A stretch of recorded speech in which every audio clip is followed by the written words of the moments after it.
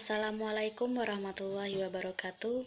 Perkenalkan, nama saya Retno Wahyu Widuri, NIM 19112513, jurusan Pendidikan Agama Islam semester 4B, lokal 4B.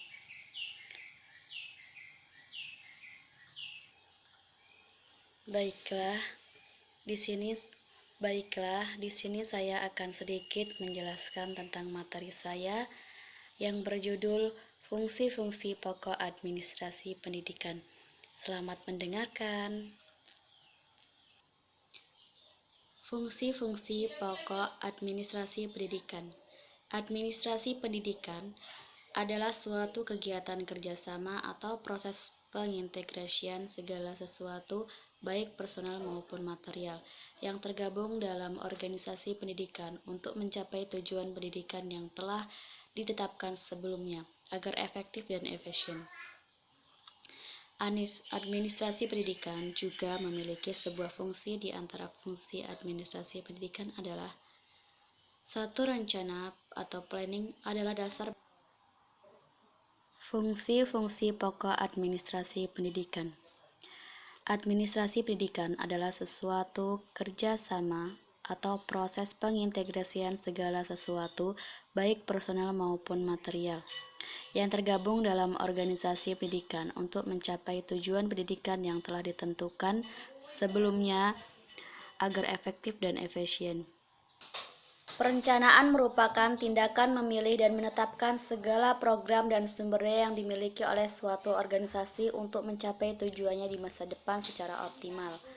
Dalam perencanaan meliputi beberapa tahapan, yaitu: 1. Perumusan tujuan, yang mana perencanaan harus merumuskan tujuan yang ingin dicapai.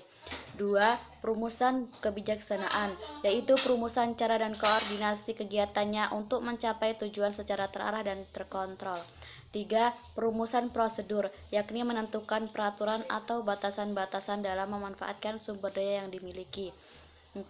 Perencanaan skala kemajuan, merumuskan standar hasil yang akan dicapai pada rentang waktu tertentu.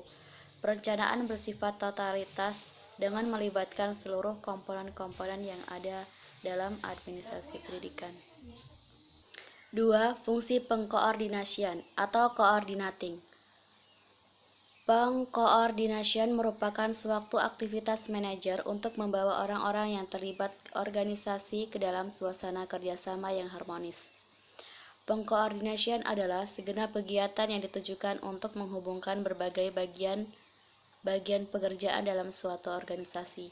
Mengenai koordinasi, terdapat perbedaan pandangan di antara para ahli. Di satu pihak ada yang memandangnya sebagai fungsi administrasi, sementara pihak yang lainnya menganggapnya sebagai tujuan administrasi.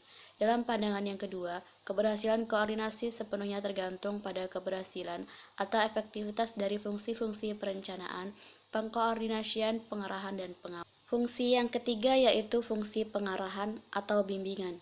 Pengarahan adalah penjelasan, petunjuk, bimbingan, serta pertimbangan terhadap para personil pendidikan yang terlibat, baik yang berada dalam jabatan struktural ataupun fungsional, agar pelaksanaan tugas di bidangnya masing-masing dapat berjalan dengan lancar dan tidak menyimpang dari garis program yang telah ditetapkan. Pejabat struktural di lingkungan kantor Kementerian Pendidikan dan Kebudayaan, Kepala Dinas Pendidikan Provinsi, Kabupaten atau Kota, dan pejabat fungsional seperti pengawas dan kepala sekolah atau madrasah, sesuai dengan kemampuannya, mengarahkan baik tenaga kependidikan maupun tenaga penunjang di lingkungan kerjanya masing-masing. Dalam pelaksanaannya, pengarahan ini dapat dilaksanakan bersama dengan pengawasan. Di sini, manajer memiliki banyak kesempatan untuk memberi petunjuk atau bimbingan bagaimana seharusnya bekerja, yaitu fungsi pengawasan atau controlling. Mengawasi ialah proses dengan mana administrasi melihat apakah yang terjadi itu sesuai dengan apa yang seharusnya terjadi. Jika tidak, maka penyesuaian yang perlu dibuatnya.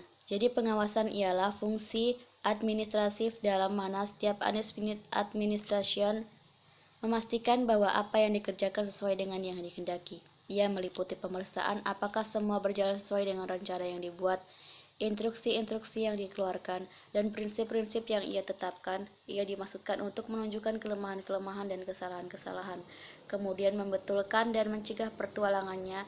Ia mengenai semua orang benda.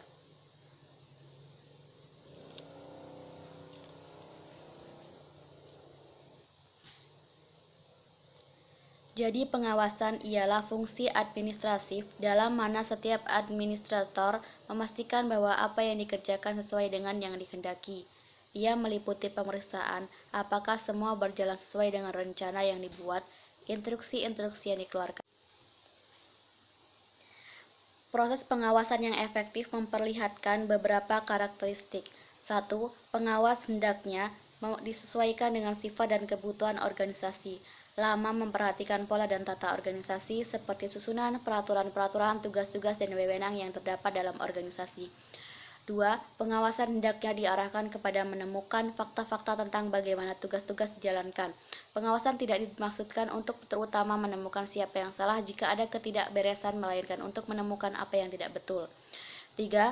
Pengawasan hendaknya mengacu kepada tindakan perbaikan.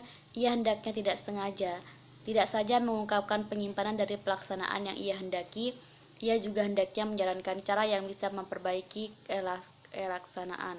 Pengawasan harus bersifat fleksibel. Fleksibel adalah dalam keseluruhan proses pengawasan adalah penting bagi penyesuaian kepada kondisi yang berubah, rencana atas standar yang mendasari pengukuran pengawasan. Mungkin memerlukan perbaikan bila keadaan yang mendasarinya berubah. 5. Pengawasan harus bersifat preventif. Ia harus dapat mencegah timbulnya penyimpangan dari rencana semula.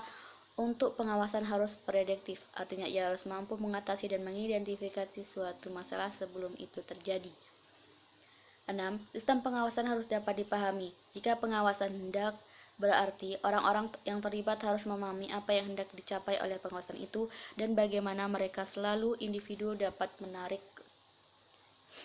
Itu saja yang dapat saya sampaikan dalam materi saya. Kurang lebihnya saya mohon maaf. Saya ucapkan terima kasih. Wassalamualaikum warahmatullahi wabarakatuh.